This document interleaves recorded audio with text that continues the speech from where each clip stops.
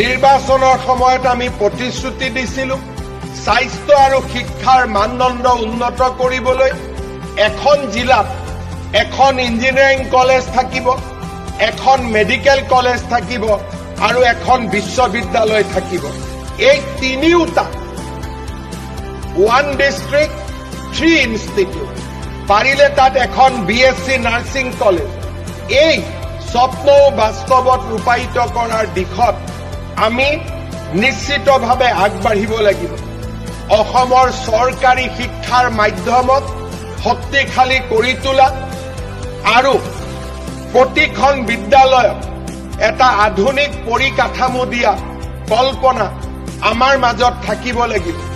অসমৰ যুৱ প্ৰজন্মক স্কিল এডুকেশ্যন দিয়াৰ বাবে আমি লোৱা প্ৰচেষ্টাক আমি আৰু অধিক ত্বৰান্বিত কৰিব লাগিব। ইয়াৰ সমান্তৰালভাৱে বিদেশী ভাষাৰ জ্ঞান আহৰণ কৰি বিশ্বৰ ডাঙৰ ডাঙৰ অৰ্থনীতিলৈ অসমৰ যুৱকৰ কৰ্মসংস্থাপন বিচাৰি উলিয়াবৰ বাবে আমি বিদেশী ভাষাৰ জ্ঞানৰ ওপৰতো বিদ্যালয় মহাবিদ্যালয় পৰ্যায়ৰ পৰাই আমি নিশ্চিতভাৱে কাম কৰিব লাগিব।